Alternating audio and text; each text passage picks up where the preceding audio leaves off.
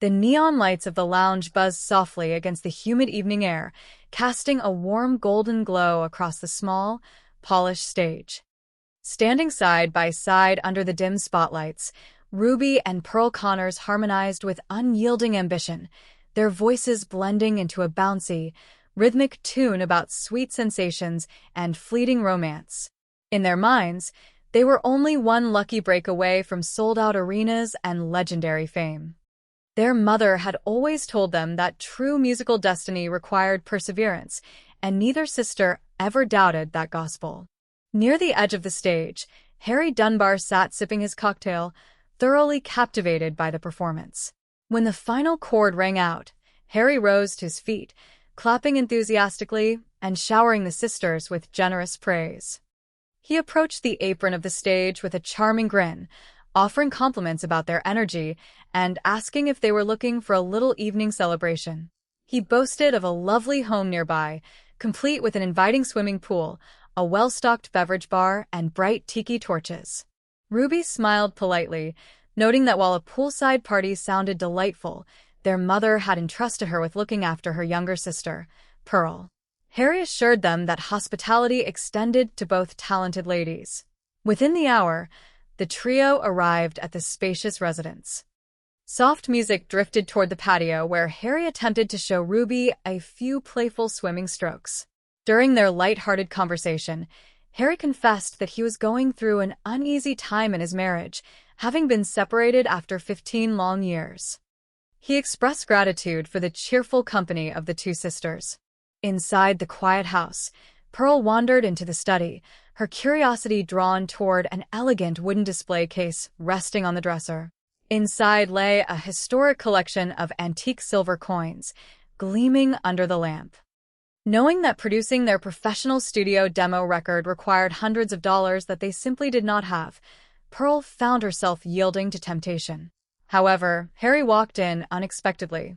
Startled and feeling betrayed, Harry raised his voice, demanding an explanation. In the frantic scuffle and confusion that followed, Harry lost his footing, knocked his head against a heavy decorative mantelpiece, and tumbled into the adjoining pool. When the sisters realized Harry was completely still, panic seized them. Fearing that no one would believe it was an unfortunate accident, Ruby hastily devised a plan to make the scene appear as an ordinary mishap. She instructed Pearl to wipe down any surfaces they had touched while she secured the area, after which they slipped quietly into the night, carrying the vintage coins with them. The following morning, Mrs. Dunbar returned home to find local authorities examining the peaceful pool. Finding the circumstances deeply unsettling, she sought the seasoned assistance of private investigator Barnaby Jones. Mrs. Dunbar explained that while the police assumed Harry had simply slipped after having too many drinks, her husband had rarely used the pool and had recently collected a prized series of rare coins that had now vanished. She pleaded with Barnaby to uncover the full truth so that lingering doubts and unfair guilt would not burden her conscience. Barnaby assured her that he would examine every detail with care and diligence. Meanwhile, at a neighborhood automotive repair shop, a burly mechanic named Harley Nelson was busy working under the hood of a car when Pearl arrived in her worn-out blue vehicle. Harley, who had long harbored deep romantic feelings for Pearl, expressed his exhaustion with repairing her car for free while receiving nothing more than cheerful smiles in return. He earnestly proposed marriage, urging Pearl to leave show business behind, move with him to Albuquerque, and start a quiet family life. Pearl gently brushed off the romantic ultimatum, insisting that she and Ruby were born to sing together on the grandest stages. When Harley questioned how they planned to afford car repairs and studio time, Pearl revealed the collection of vintage coins, fabricating a tale that an appreciative lounge owner had given them the coins as payment. Sensing the story was dubious, Harley offered to help find an appraisal through an acquaintance who dealt with rare antiquities. While Harley took a sample coin to Stanley Beecham at a reputable coin gallery, Ruby and Pearl met with Michael Albert, a flashy music producer. Michael listened to their lively musical arrangements and admitted the song had undeniable charm, but insisted that recording a professional master track would cost $1,000. Desperate to secure the funds, the sisters promised to return with the required money promptly. At the coin gallery, Stanley Beecham examined the 1836 silver dollar presented by Harley. Recognizing its historical value and recalling a recent alert regarding missing collectibles, Stanley discreetly contacted Barnaby Jones.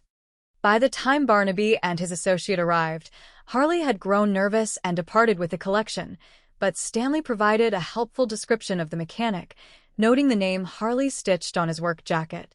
Harley soon confronted Pearl and Ruby, having learned from casual chatter that the coin collection was tied to the unfortunate incident at the Dunbar residence. Pearl, maintaining her wide-eyed innocence, offered a tearful explanation that Harry had behaved inappropriately, that the fall had been entirely accidental in self-defense, and that she had taken the coins out of sheer distress. Harley insisted that they pack their belongings and leave town immediately for Albuquerque. Realizing that Harley was determined to derail their musical dreams and report the incident if they refused to accompany him, the sisters knew they had to find another path. Shortly thereafter, an unfortunate incident occurred at the garage, where Harley suffered a fatal workplace mishap beneath a faulty vehicle lift. Barnaby Jones continued connecting the puzzle pieces.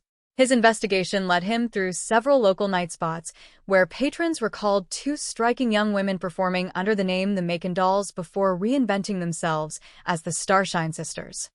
Barnaby and his young associate, Jedediah, tracked the aspiring duo to the recording studio on Wilcox Avenue, where Michael Albert was putting the finishing touches on their new track. Barnaby approached Ruby and Pearl during a celebratory dinner at the Samovar restaurant. With calm wit and gentle questioning, Barnaby mentioned the venues they had played and subtly brought up the names of Harry Dunbar and Harley Nelson. Though the sisters maintained their theatrical composure and claimed they had only ever performed in distant resort lounges, their nervousness grew palpable. Seeking to steer suspicion entirely away from themselves, Pearl paid a late-night visit to Lester Gibson, a shy and gentle mechanic who had worked alongside Harley. Pearl charmed Lester into taking her out for evening drinks, leaving his trailer home unattended. While Lester was away enjoying Pearl's lively conversation, Ruby slipped into his trailer, placed the remaining coin collection behind an upholstery panel, and started a small, smoky smudge fire designed to draw authorities directly to Lester's doorstep. The plan briefly succeeded, leading local investigators to question Lester. However, Barnaby remained skeptical.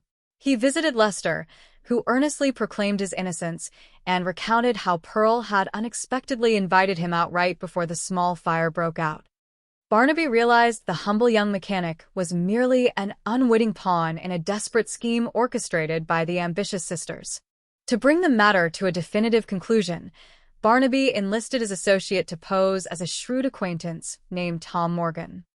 Tom approached Ruby and Pearl just outside their recording studio, claiming he had witnessed Ruby leaving Lester's trailer and had retrieved the silver coins before the authorities arrived.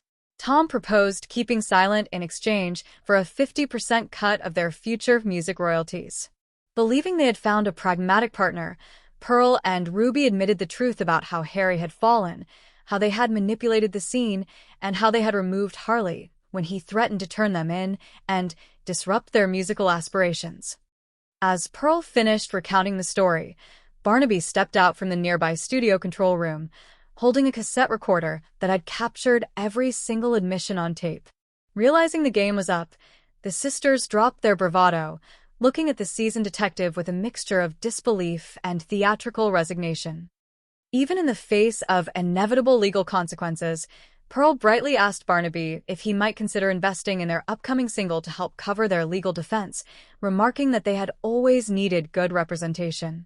Barnaby smiled softly at the absurd persistence of their optimism, assuring them that justice would be served fairly and that their singing days would temporarily be put on hold.